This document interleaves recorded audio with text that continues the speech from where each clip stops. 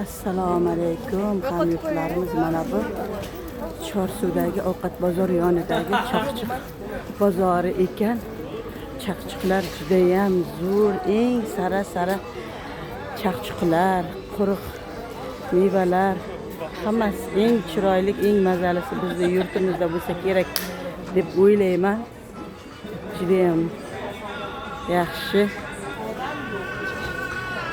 Ko'p joylarga aylanib keldim, boshqa yurtlarga, lekin o'zimizning bozorimizday bir barakali, hamma narsa arzon bozor hech qayerda topilmasa kerak deb o'ylayman men.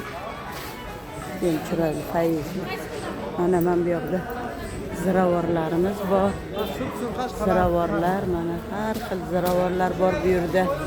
Ayniqsa mana bu yerda bir-biridan shirin hidlarga boy, giyohlarga boy choylar tayyorlab qo'yishibdi. Mana bu choylarni ichgan odamning umri uzoq bo'lsa kerak, miyasi butun bo'lsa kerak, kallalari yaxshi ishlasa kerak deb o'ylayman.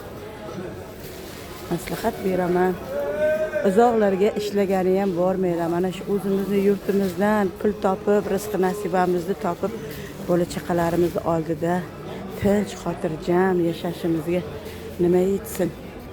To'g'rimi azizlarim?